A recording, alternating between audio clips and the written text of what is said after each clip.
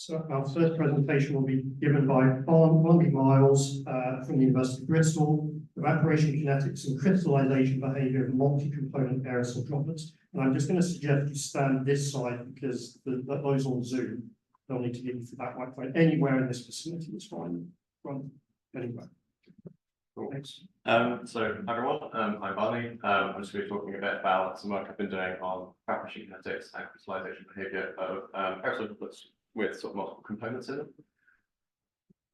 them. So sort of understanding the relationship between environmental conditions like relative humidity, the evaporation kinetics of droplets, and the impacts on particle morphology is important because particle morphology is something that impacts lots of other sort of behaviors and properties of aerosols, from their dissolution in aerodynamic diameters, which is important in industrial processes like spray drying, to understanding particle resuspension, to atmospheric processes, because morphology affects the sort of radiative forcing and the potential of aerosols to act as cloud condensation nuclei. So the majority of the research previously on sort of relating evaporation kinetics to crystallization behavior has been done on aerosol droplets with single salt components, sort of mainly sodium chloride. So this is some work done by Dan Hardy for the University of Bristol, showing that as you increase the relative humidity, the evaporation rate of the droplets decreases, which is something that's pretty well established for sort of most aerosol systems, but also the relationship between the evaporation rates of the droplet and the internal diffusive rate of the salt really affects the morphology of the resultant particles. So when the evaporation rate is a lot faster than the internal diffusion, the sort of surface of the droplet recedes much quicker than the internal salt ions can redistribute. So you get a concentration gradient with an enrichment of the salt at the surface. And this means that you get multiple nucleation sites. So you get this sort of multi-crystal spherical particle being formed. Whereas when you have slow evaporation rates, you get isotropic shrinkage, which forms this sort of single crystal particle. In terms of looking at multiple salt systems, there hasn't been much work relating sort of the drying kinetics to morphology and crystallization behavior. There has been some work done on sort of multiple salts, just looking at drying under one drying rate and sort of changing the fractions of each included salt and looking at the impact on the sort of the composition of the resultant salt. So this is an example of sodium chloride and sodium nitrate. And the trend for these sort of mixed salts is that the salt which is more supersaturated homogeneously nucleates, and the other salt, so in this case the sodium nitrate, then heterogeneously nucleates onto the sodium chloride seed.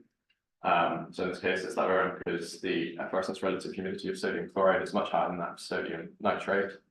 And you can sort of see that varying the mole fraction of the salt from 0.8 to 0.2, the sodium chloride remains in the center, and the sodium nitrate nucleates around it there. So the work that I've been doing is basically combining these two areas of research, looking at how adding an extra salt into sort of sodium chloride droplet affects its evaporation rate and its crystallization behavior.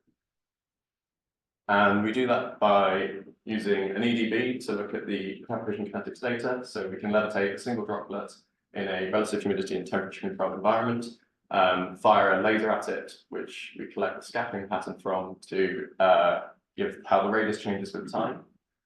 We can then compare this to the single aerosol drying kinetics and strip boost model, or SAFCAT, which we put in information like the relative humidity, temperature, initial droplet size, and the droplet composition. And that can give us a sort of modeled evaporation profile, which we can use to validate our experimental data. To collect sort of particles to observe their morphology, we have a forming droplet column, where we dispense a population of droplets down a relative humidity controlled column. The droplets dry on the glass slide at the bottom. We can take that for SEM analysis. And because we can control the conditions in this column, we can sort of set them to the same environmental conditions as the EDB, so we can do sort of direct comparisons of the kinetic data to the morphology. And this was just sort of a validation against Dan Hardy's work showing that sodium chloride had that nice multi-crystal formation at low relative humidity and a single crystal at high relative humidity. So this was the first salt system that I looked at. It's a 1-to-1 molar mix of sodium chloride and ammonium sulfate. If you look on the top right up here, this is just the sort of raw EDB data showing how the droplet radius changes with time. You can see that as you increase the relative humidity, the time taken for the droplet to decrease in radius increases, which is consistent with previous work. We then do a normalization of the data to give these plots below, which is just nice because the gradients of these lines are equal to the evaporation rate of the droplet. So you just can see nicely that as you increase the relative humidity, the evaporation rate decreases. Looking then at the morphology, so these are droplets taken at 0% and 20% relative humidity. And you can see under the dry conditions, you get a really spherical particle. And that's something we consistently saw. If you vary sort of the ratio of the sodium chloride to the ammonium sulfate, the particle under driest conditions was always spherical, sort of an indication that it's similar to the single component salts. When you have fast evaporation rates, you're getting that surface enrichment, multiple nucleation sites, and the spherical droplet particle forming, sorry. Then when we increase the relative humidity, you get this sort of more angular particle forming because of the sort of fewer nucleation sites and slower evaporation.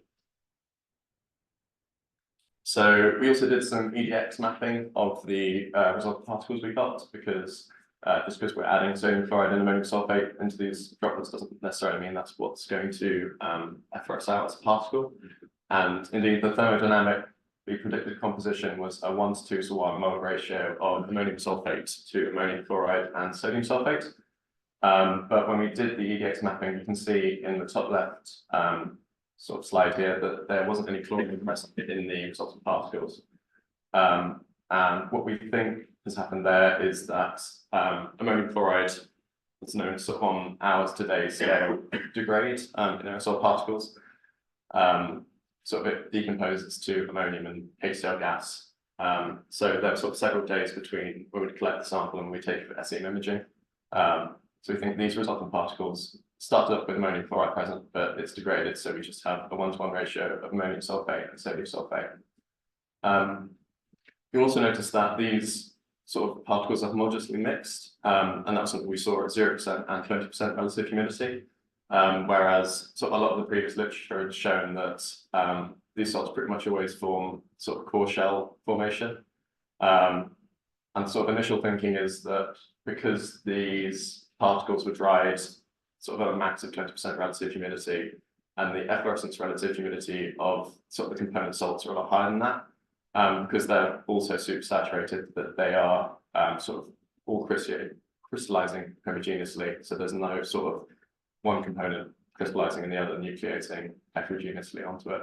And indeed, in support of that, this is some data collected by Emily Winter for a sodium chloride ammonium nitrate system, where at sort of low relative humidity, so fast evaporation rates, you have homogeneously mixed particles, but as you increase the relative humidity, you get sort of separation with a sodium chloride core and then a sort of sodium nitrate ring around it.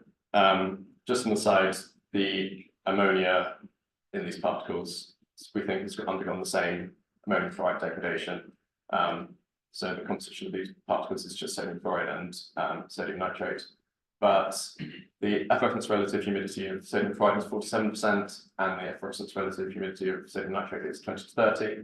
So as you sort of get above that efflorescence point with sodium nitrate, you start to see a separation of the sodium chloride and the sodium nitrate from sort of a homogeneous mix at dry conditions to a more heterogeneous salt at high relative humidity. Also, it's also clear to see from these dry conditions that at fast drying rates, the particles are spherical again, something we saw with the sodium chloride ammonium sulfate systems. So it seems to be that when you have those fast evaporation rates, you're getting that surface enrichment and more spherical particles being formed. Another thing to point out, I forgot to mention on the other slide, but if you look at the evaporation profiles, we modeled these plots against SAPCAT in black, and for all the sort of evaporation profiles that we modeled compared to the experimental data, the SAPCAT data really nicely lined up with the experimental values, which was a good validation of the collected data we measure. Oops, wrong.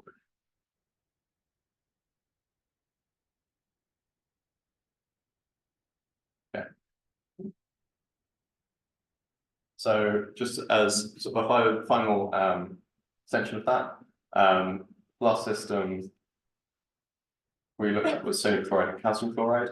Again, this was heterogeneously formed because the efflorescence relative humidity of calcium chloride is a lot lower than what doesn't really crystallize at the relative humidity we were looking at. So we got heterogeneous sodium chloride with calcium chloride still in the aqueous phase around it.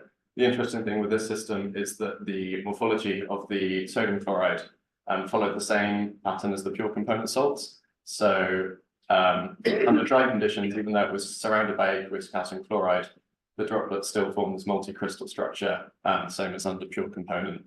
But at higher relative humidity, we got these single crystals forming, the same as the pure component salts.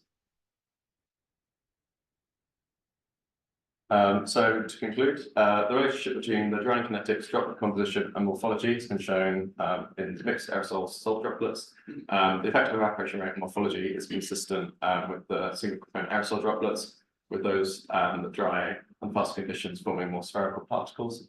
The degree of homogeneity of those particles seems to be dependent on the relative humidity of the component salts, the efflorescence relative humidity of the component salts, and the RH and the drying conditions. And the SACAT model is shown to be effective at validating the drying kinetics of these mixed salt aerosol droplets. So I'd just like to say thank you to EFSAC and CDT and Food Formation for my funding, and to Bar Group for all their help and support.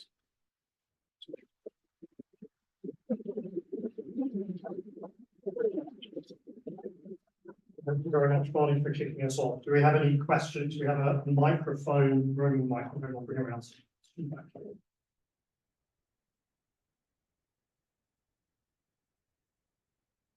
Thank you for the very interesting talks. I'm Chiara Joy, University of Cambridge. I'm really interested in your data because I'm interested in controlling the core shell structures and how they can be formed. Do you have any plans to look at components that are mixed organic and inorganic? Yes, I've just started doing some organic and inorganic sort of work, looking at ammonium sulfate with hexane trial, and sort of looking at the sort of liquid-liquid phase separation with those. So yeah, that's definitely an area that I'm taking this work into. Okay, then I'm gonna catch you later. Thank you. Any other questions? One down here. Just here. Thanks. Sorry, Tariq Mohammed from University of Leeds. Thank you for your presentation.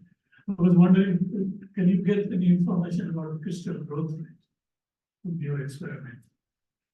How it results and the component affecting the growth after mutation? Yes, that's a good question. We can growth rate. We'll be able to compare the time at which crystallization occurs for the different droplets. I'm not sure how we'd be able to check the actual growth rate of the crystal. But yeah, we could compare the sort of how long it takes for the crystallization to occur with pure component salts and then adding different salts. But I'm not sure how we'd go about. Your instrument you're using, does it allow you to see the size of the crystals as a function of time? difficult to get the crystal size because when the droplet is no longer spherical, the radius reading it gives becomes quite erratic. So it would be difficult to get an accurate size of the crystal sort of once crystallization has occurred. Okay, thank you very much. Sounds like some interesting discussions to have, Barney. Okay, thanks very much.